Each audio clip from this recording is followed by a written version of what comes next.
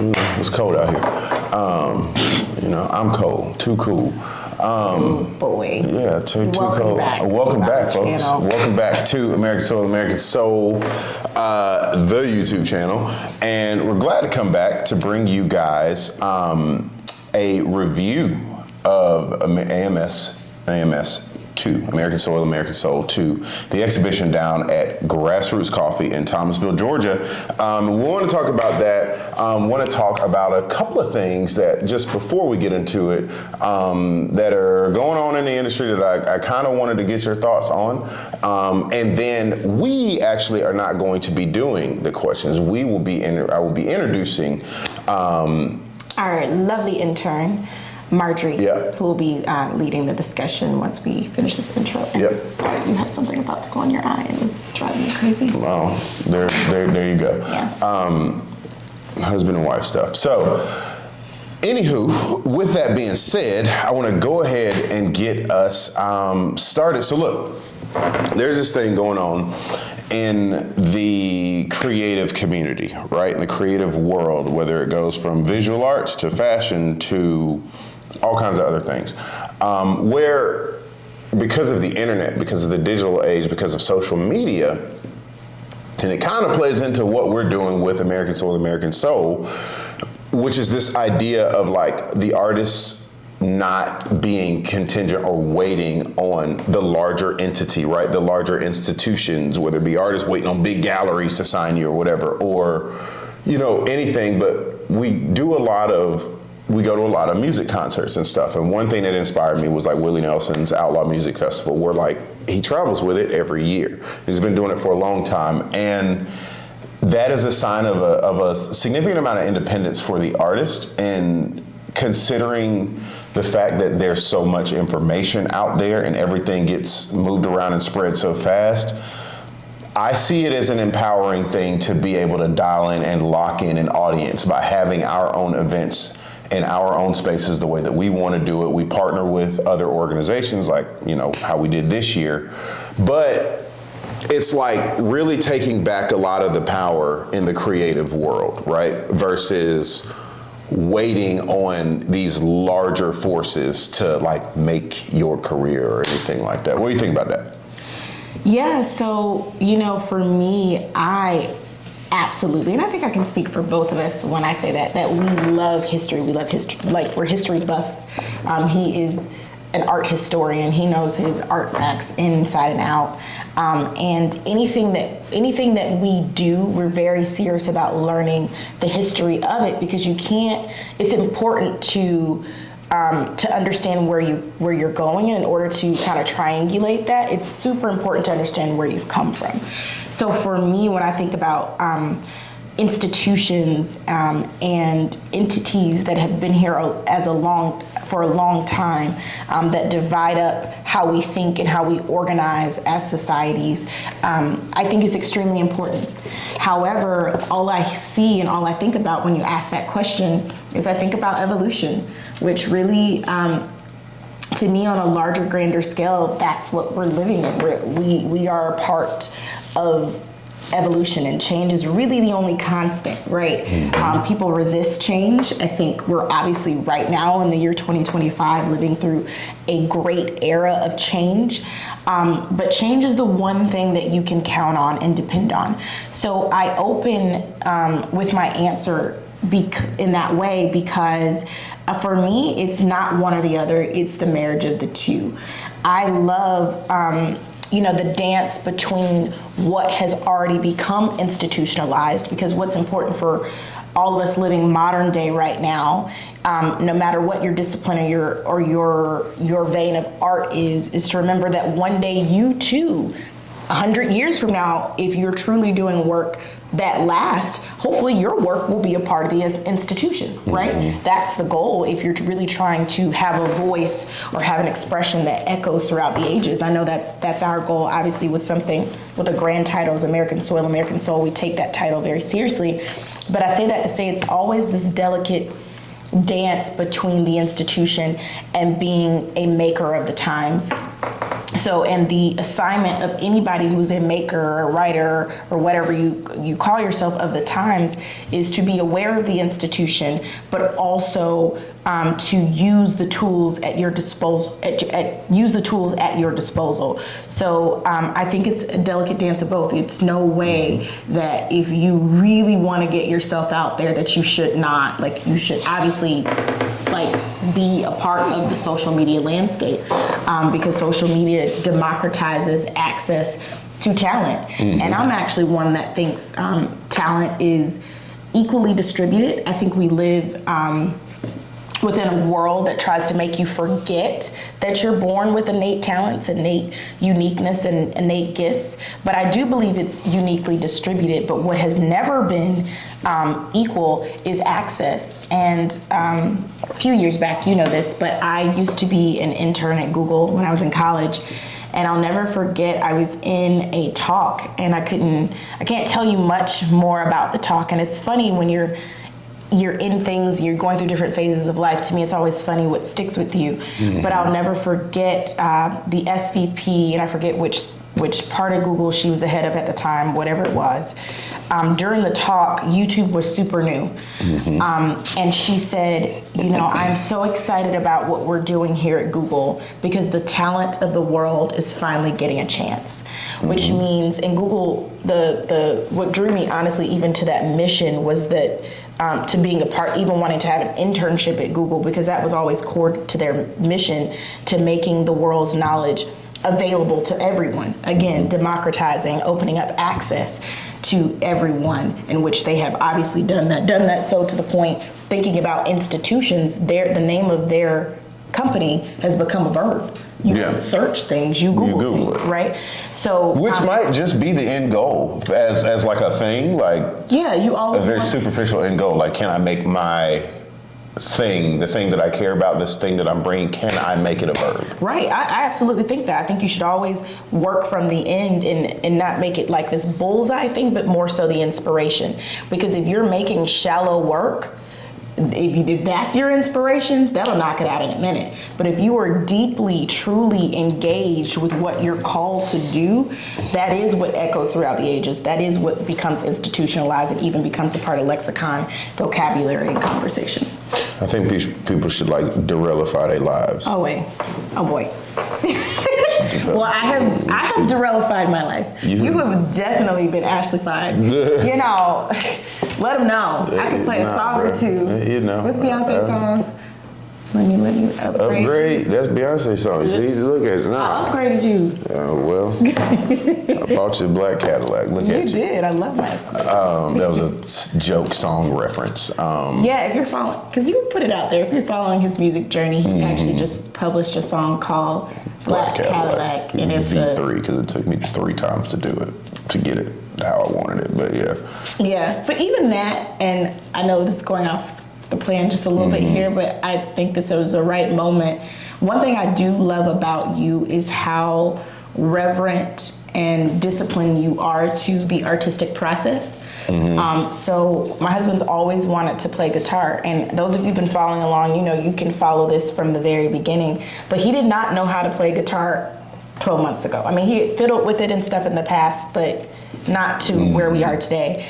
And he, just like with anything else, and if you follow his hunting journey, whatever my husband feels called to do, he literally gets it, digs into it, becomes a student of it, finds the history of it, finds all the nooks and cranny, and he just obsesses over it and literally becomes, and now he can actually very much so play, which I told him the other day, I was like, you sound good. And I'm a musician as well. My song sound like a Ray Charles. No, I said I could see Ray Charles singing Black Cadillac. But I say that to say, not only does he commit himself to process, but he also is extremely comfortable in sharing undeveloped things. So most people wouldn't have, when you were just strumming and starting your guitar journey, you were literally putting out your practice sessions every day, I would say for 365 days. And it was not good in the beginning. And it's not supposed to be. Yeah. But most people are scared of being bad at stuff, that they can't reap the benefits of process.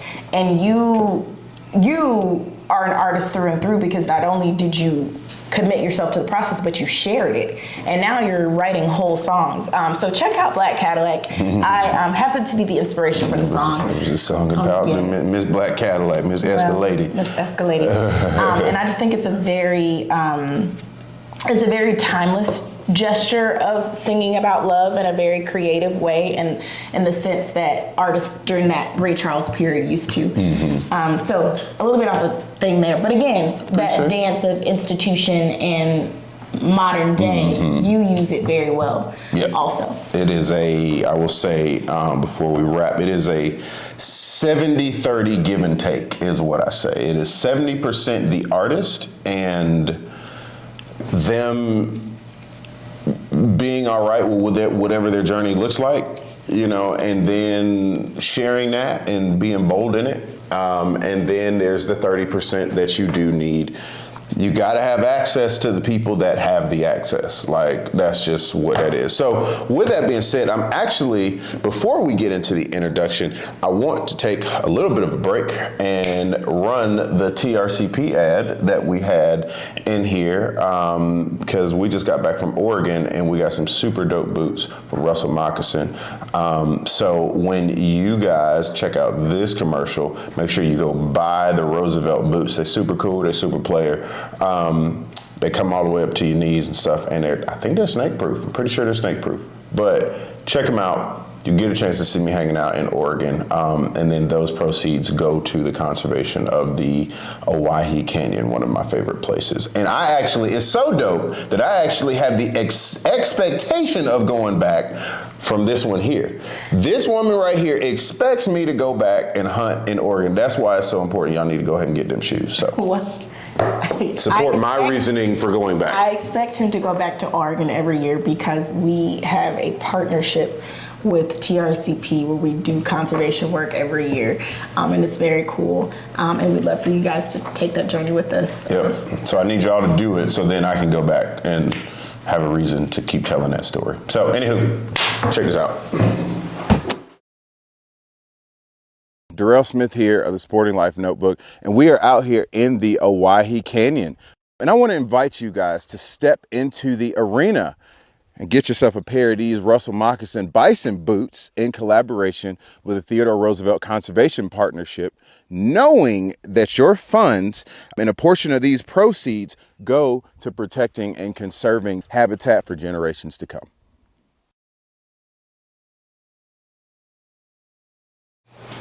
All right, so we're back. Back again. And we need to introduce interview. Your brain was like, entrevista? Yeah. You didn't know. See, I'm Spanish. That's what it was. And I was leaning towards the Spanish. No. Anywho. Absolutely not. I'm going to let you do the introductions for Marjorie. Me? I'm going to let you do it. I'd love to. Yep. So we are so grateful and excited, obviously, for you all being here with us. And, the work that we do, conservation truly is a collaborative process, which obviously is the crux of our message. And we've been blessed on our journey to have wonderful partnerships along the way, and the Westminster Schools being one of those partners.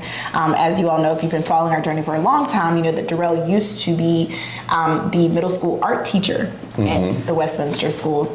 And so we've continued that relationship, and they allow us to have one of their wonderful, brilliant students every year for an internship. So you won't see her on camera, but you will hear her wonderful voice as she leads this interview. Please, everyone, welcome Marjorie. Thank you. I'm so grateful to be here and for the opportunity to reconnect with Mr. Smith after being in art class. Funny how that works, huh? Yeah. All right, real quick. Give us the art class, give us the details on what you thought the class was like what you wouldn't have said then. What I wouldn't have told you then was I really enjoyed the class and what you were teaching, and it worked really well for me because I was able to lock in and get my work done. Okay. And then just have some free time. Works for my brain. Yeah, I'm here for it.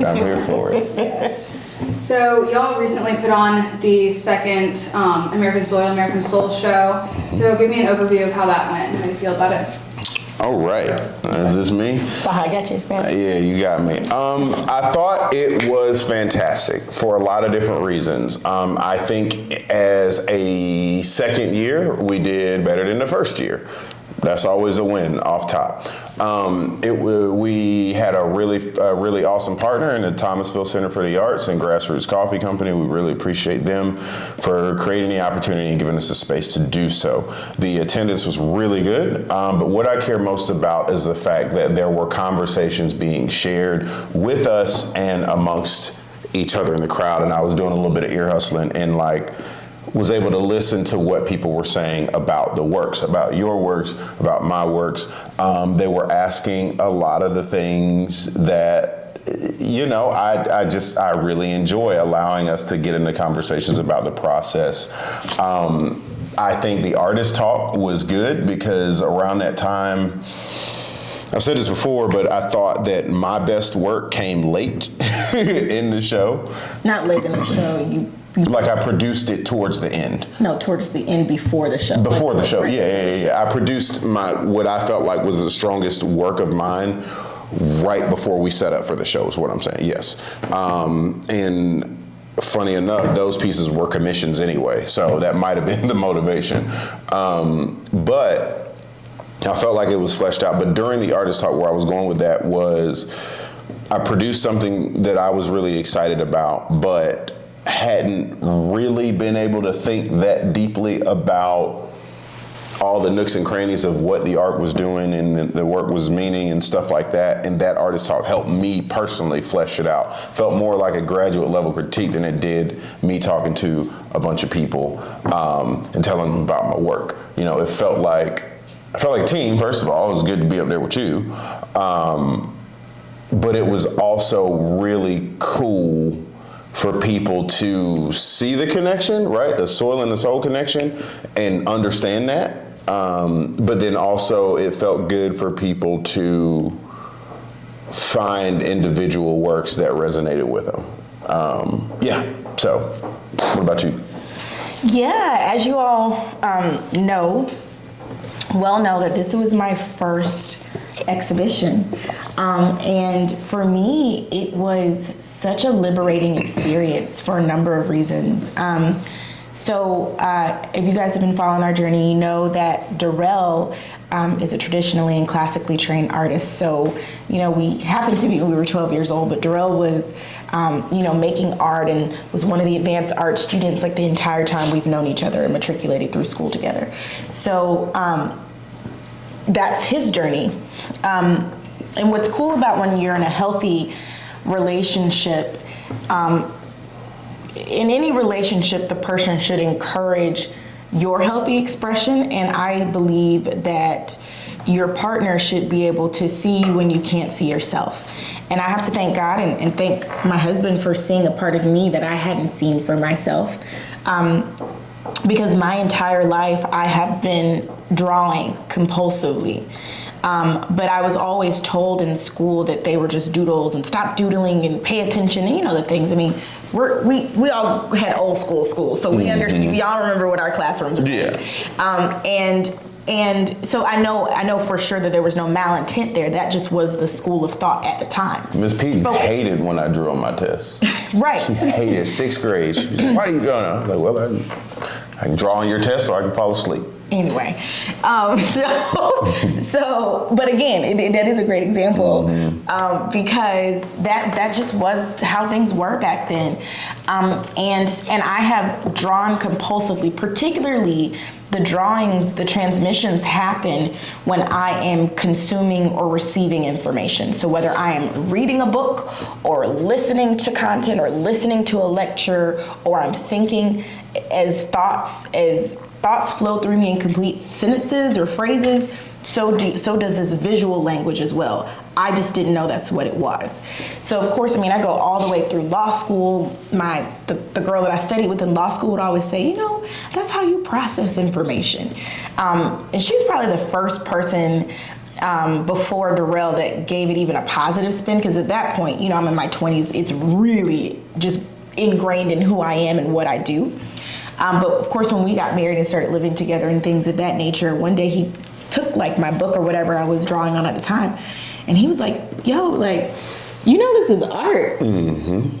And I'll never forget that moment, because in that moment I had never, ever, ever, ever, ever thought of myself as an artist, which actually sounds very silly now, because I've always been a singer. I've always played the piano. I danced. I did all those things, but I just didn't consider myself as an artist. And so he literally said, yeah, no, like this is like the definition of art, when something is compulsively coming through you, and it does so at its own pace, own rhythm, and you're truly just being the instrument and the vessel. Your job is actually to explore why it's coming through you. Like that is your like literal capital A art. He was like, put it on a canvas. You know, that is textbook what they teach. Everyone's looking for that intuitive space of painting, and you're already in it. You just didn't know you were in it. So we put it on a canvas, and it became this beautiful expression. So having been making art unbeknownst to me for almost over 30 years, and then for the first time it being in an exhibit was absolutely liberating and affirming, and it confirmed everything that I believe and know to be true about God, and the fact that there's something deposited on the inside of all of us that we're supposed to share. And a part of this journey, there are delights and surprises in this journey too. So it was liberating, the show was for me, and it was also just a moment of just sincere gratitude for just everybody that was there. And you know, it's a part of our solution framework and our solution suite that we're offering to the world of how we can become more connected to the soil, how more souls can be connected to the soil. Because if we look at the world that we're living in today, obviously there's a disconnection between humanity and nature, and that needs to stop as soon as possible. Yep. And I think, real quick, that conversation, because we're doing this show every year in a different place. Yeah, that was it will change the relationship, as it should, with people, right? Our relationship with our, the spirit and the earth changes as you grow. So as we grow with it, it will change. So, Miss Marjorie. So along with change over the next year, how do you guys plan to move forward with future paintings, and what does it look like to find new inspirations and ideas? Good timing. All right, you first. I just finished, you go. All right. Okay. Or you do always say ladies first. I do, but we're here now. So. Paper, scissors, rock. All right. Lose on screen. Okay, you can lose on screen. And it's paper, scissors, rock, shoot. Shoot. Shoot, Yeah, you've whatever. been saying shoot since we were kids. I've been saying shoot. Okay. Man, whatever. I'm sorry. It's all good. But there's a whole argument about whether it's rock, paper, scissors. But anyway, There's a whole thing. Yeah, it's paper, scissors, rock on this channel. All right, you say it then. Go ahead. Paper, scissors, rock, shoot.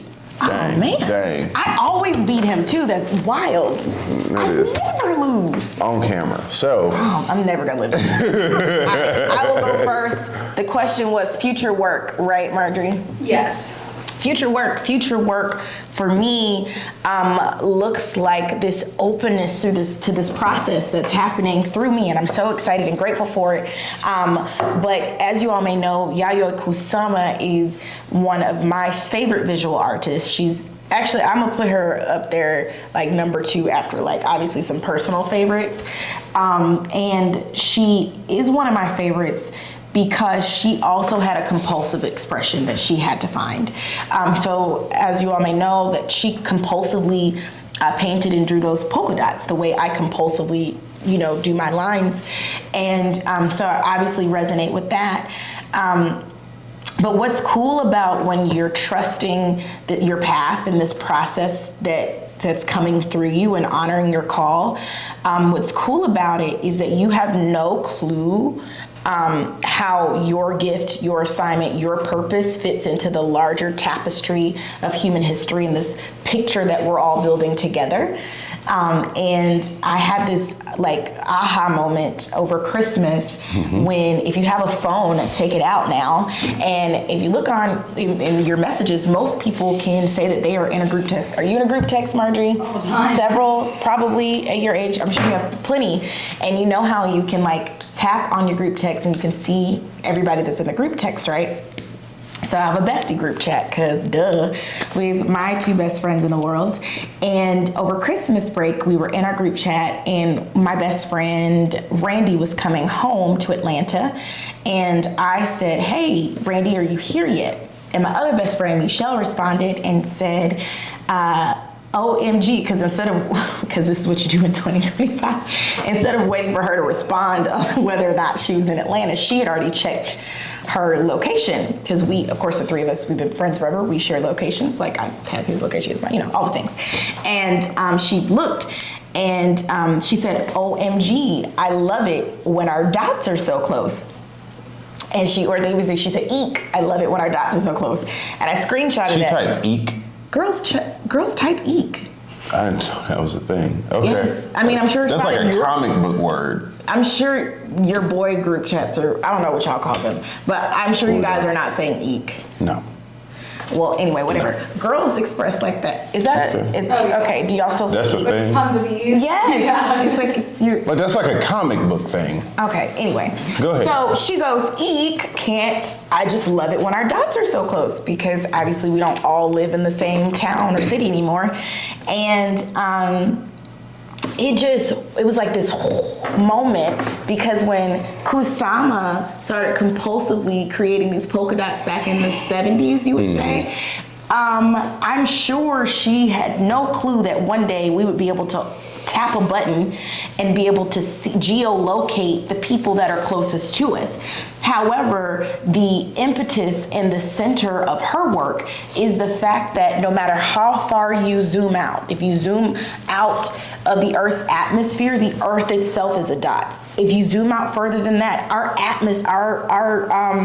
universe looks like a dot. Our galaxy looks like a dot. The more you zoom out, we're all just like swimming around in this sea of dots, and we're all just dots, and that's her interpretation of infinity, and that the more you zoom out, that's all you see.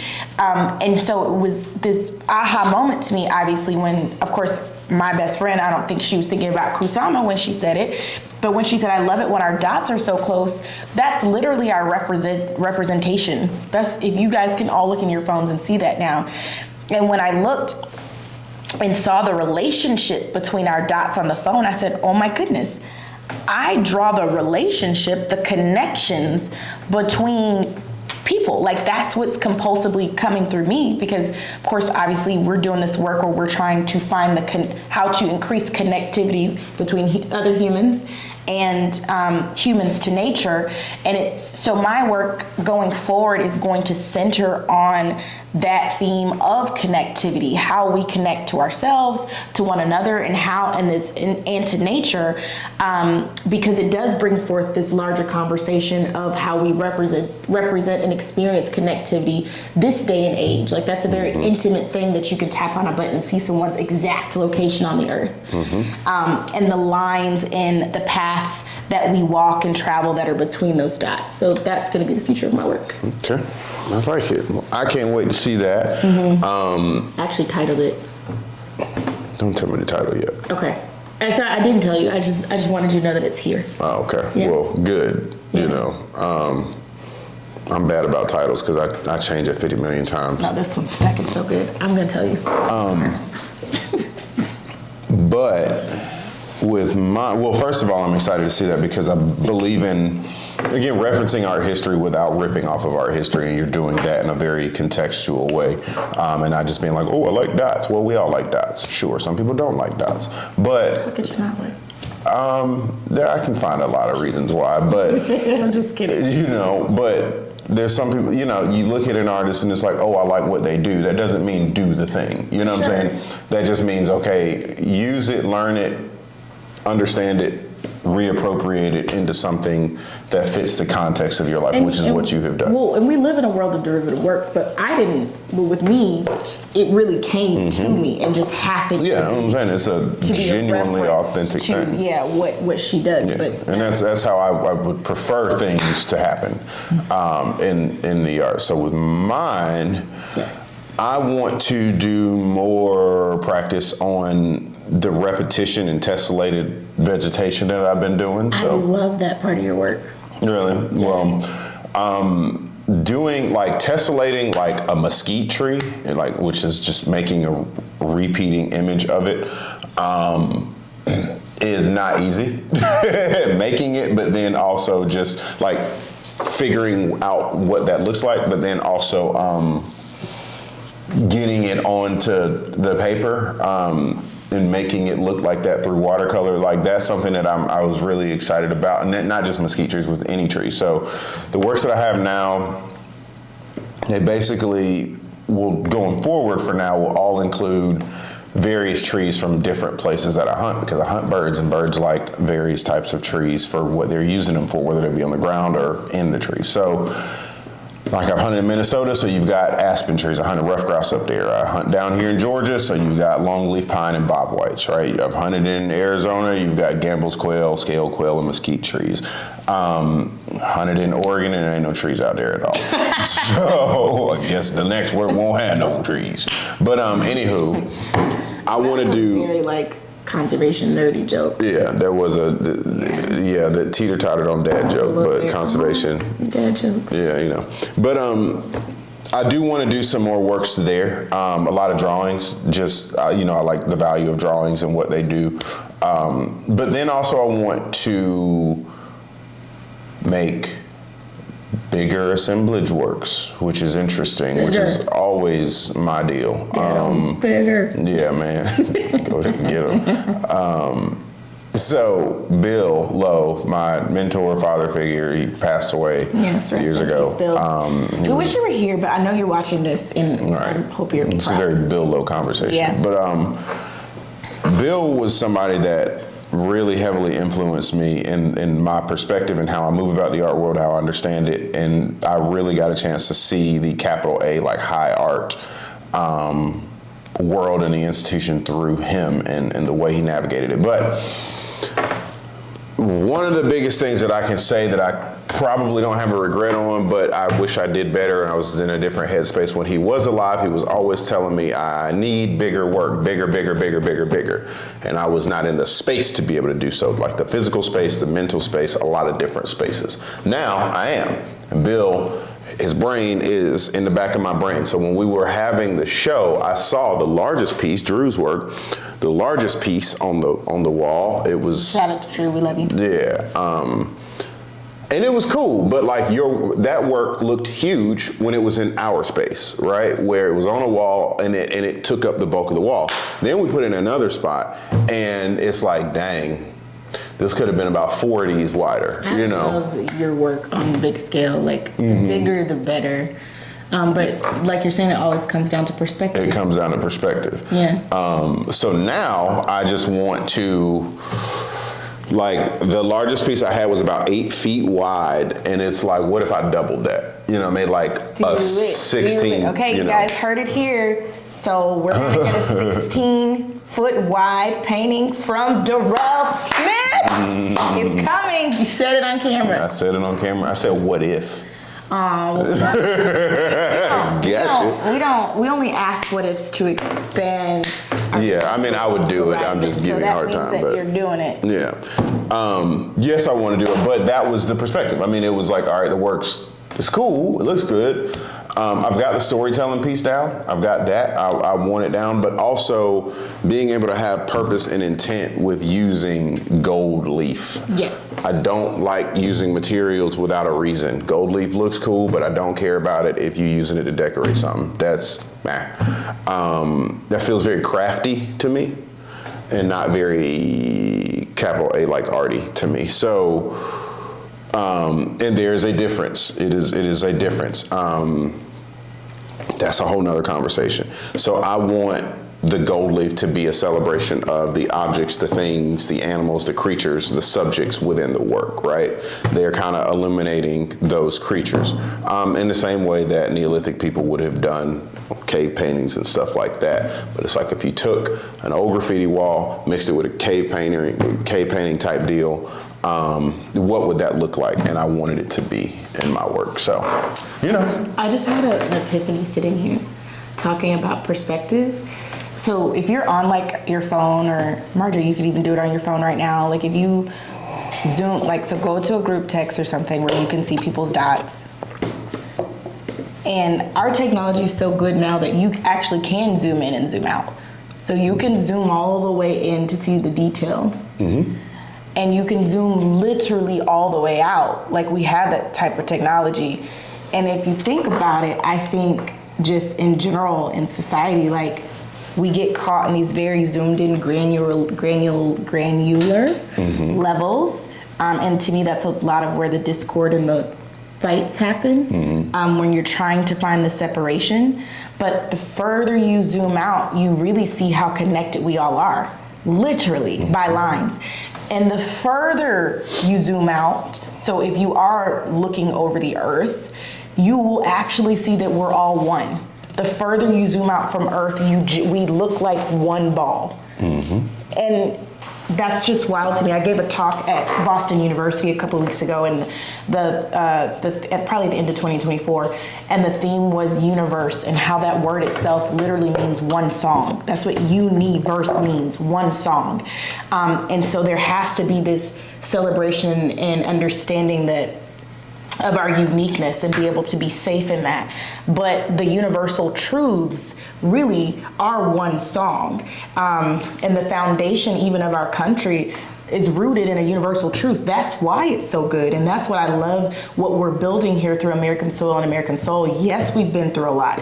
Yes, it's been a whole lot of red in that white and blue, as one of my favorite artists would say. However, the founding, what this Constitution, the constitutional spirit, my favorite line in the preamble is this ode to a more perfect union, but the universal truths that we're all created equally, that we should all be able to pursue life, liberty, and happiness, those are universal truths.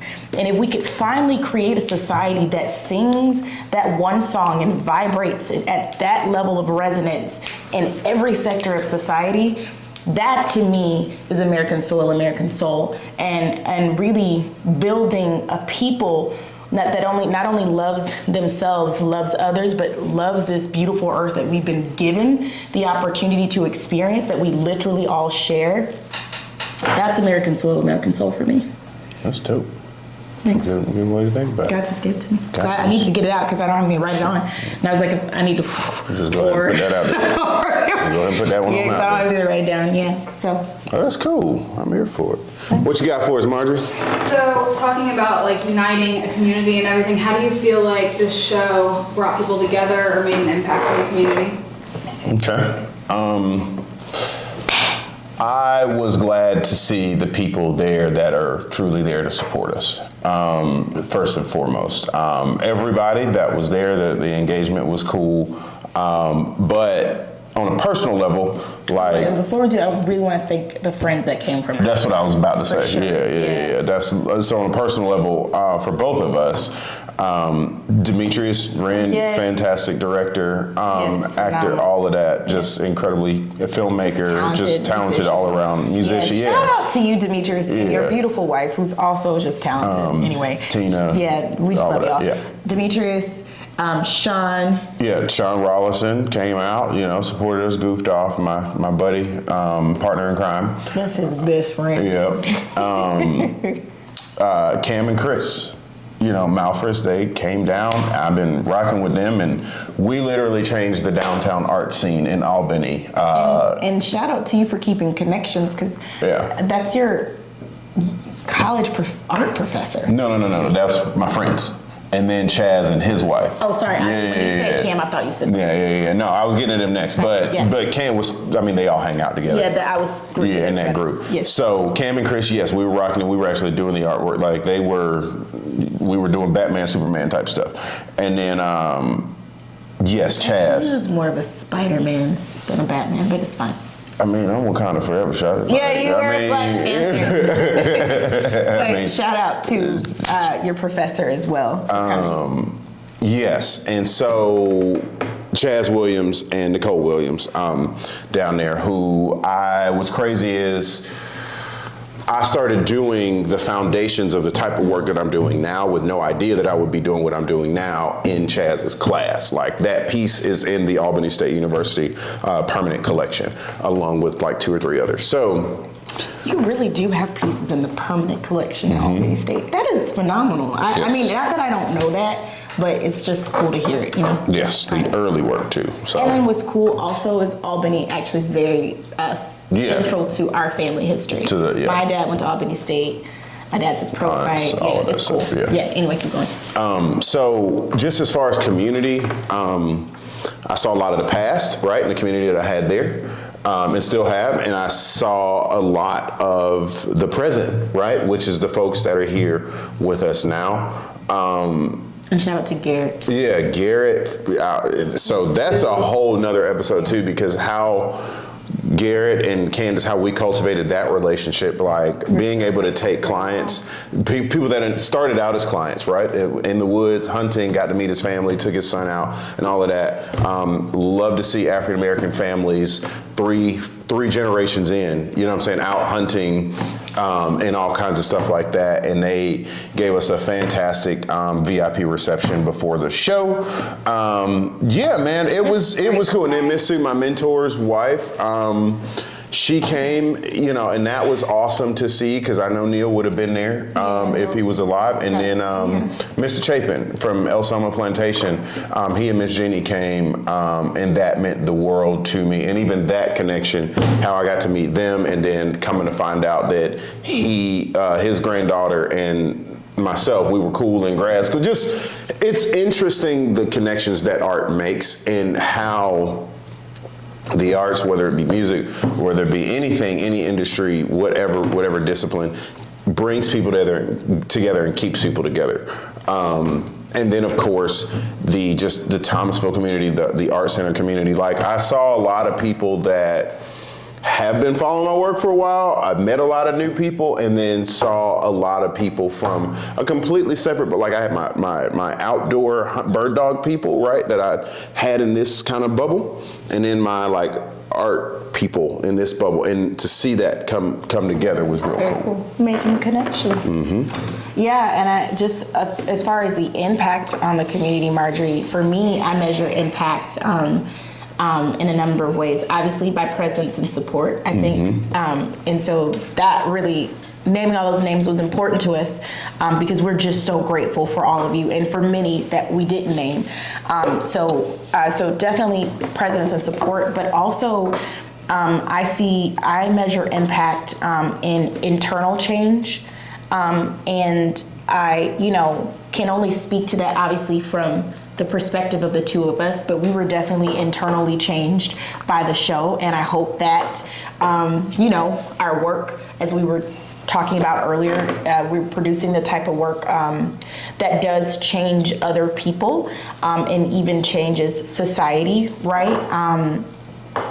Going back to Kusama, like her work, she still, because even that zooming out thing, like that could even, when we left her show in San Francisco at the MoMA, I mean, I was having epiphanies from being in her infinity rooms. The infinity room, the Kusama infinity room, Marjorie, if you've ever seen a Yayoi Kusama exhibit and you ever get a chance to go into her infinity rooms, like she makes this box and there's mirrors everywhere, but the dots and you walk in and then they shut the door, and it literally looks like, and it's very hard to do this. I've never seen it done successfully by anybody other than her, where the dots literally just go for infinity, and then you become a part. Yeah, and it's really cool when you're in it, and it makes you feel like you're a part of the dots. And that you're a part of the infinity. Yeah, and then you look up, and they're going that way. You look back there. It's wild. And it speaks to you beyond. You leave the museum. I was like waking up out of my sleep taking notes. It's a really cool installation. And when you're really tapped in, tuned in, turned on, like very into your path and what you're here to produce, that's the type of change you should produce in people. Where months, years later, they see the world and themselves differently and their place in it, right? So all we can measure right now is that it has changed you and me. And as we continue to progress and commit ourselves to this work, I hope and pray that we are tapped in and tuned into our purpose enough that it will produce those levels of change, right? So that's how I measure impact and change. And then also in how conversations are produced, because we're thought evolved beings. So as our conversation changes, as our language changes, that is a marker of the evolution of our intelligence and the way that we're going, and if we're getting the lessons of the zeitgeist, and if we're moving forward.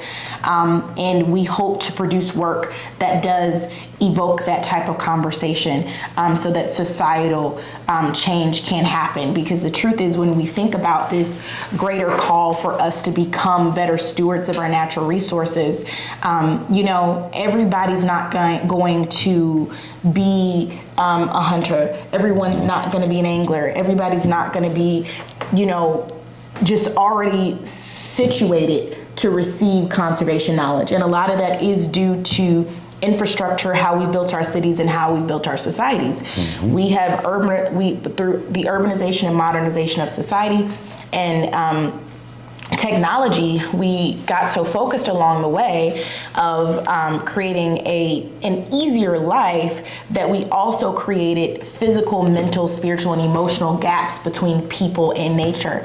And the research that we do shows that when those not only physical gaps occur, but those mental, spiritual, and emotional gaps occur, that people don't really have the thought that they are a part of nature, and it doesn't occur to them also that there's something that they can do to responsibly steward it either. Mm-hmm. So we're in this space right now, really as the globe, but for us, America, because that's where we live and that's where we're from.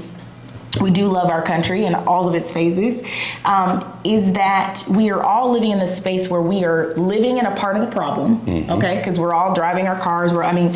There are very few people who just live off the grid and just completely don't have a carbon footprint at all, right? Because we're not there yet. So we're living in the problem.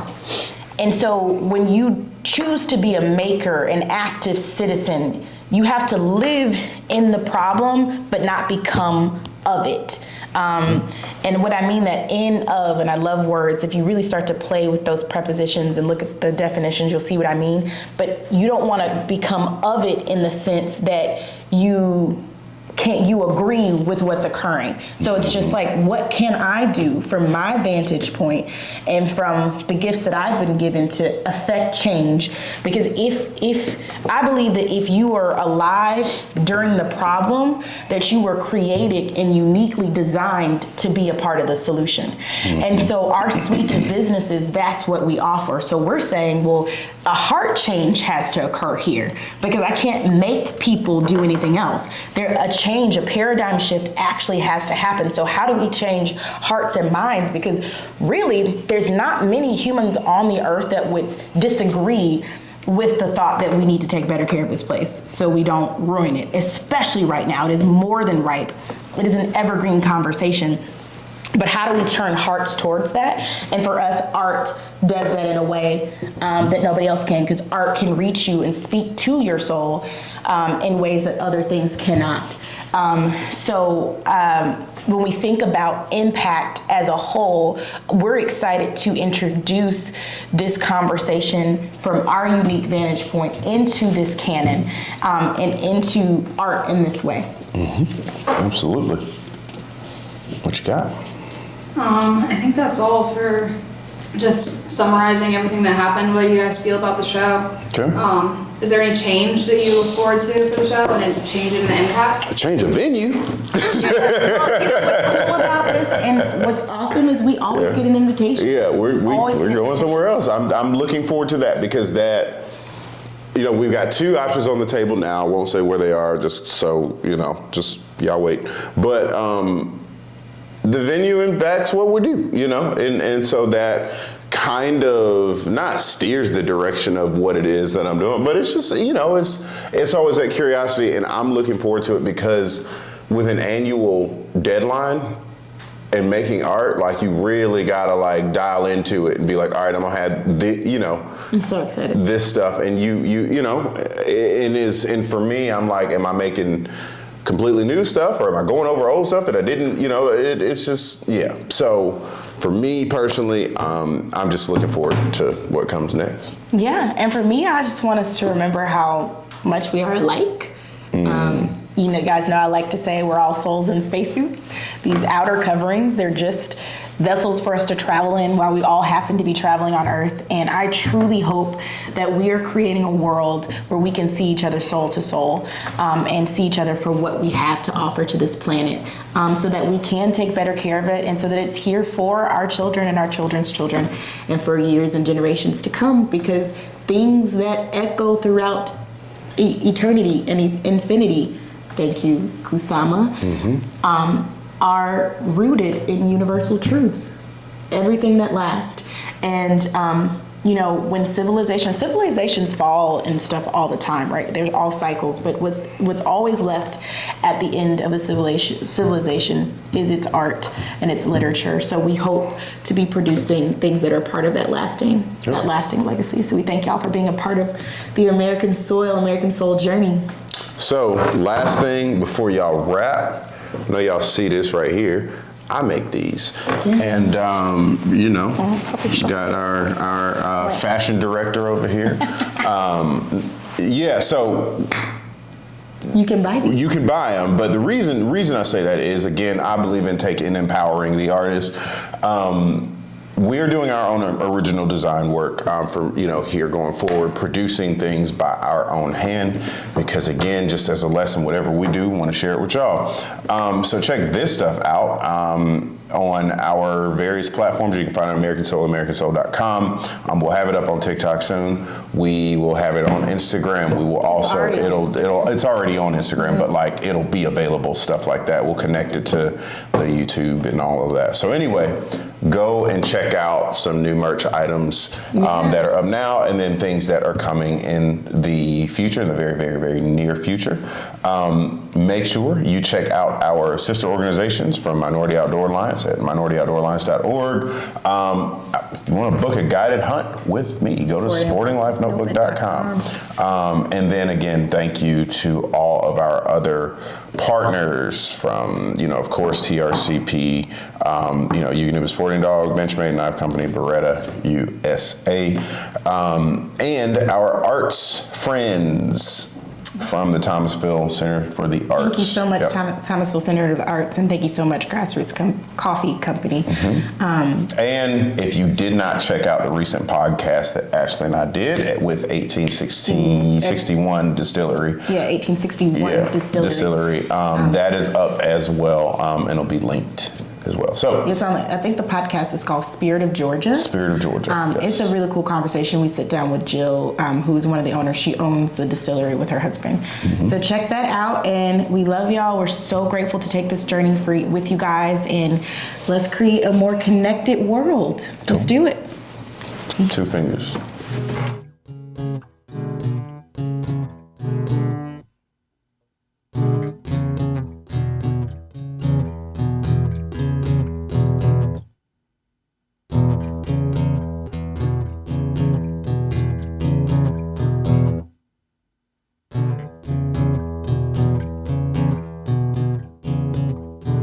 She drive a Cadillac. She drive a Cadillac, baby. She drive a Cadillac. You damn right she gonna take you home. She drive a Cadillac. She drive a Cadillac, baby. She drive a Cadillac. Damn right she gonna take you home. I got a lady, I call her Escalade. I got a lady, she damn sure drive a Escalade. I got got a Cadillac. A lady drive a Cadillac. She drive a Cadillac. You damn right she gonna take me home. She drive a Cadillac. My baby drive a Cadillac. She drive a Cadillac. She drive a Cadillac. She drive a Cadillac. She drive a black Cadillac. She drive a Cadillac. You damn right you're gonna take her home.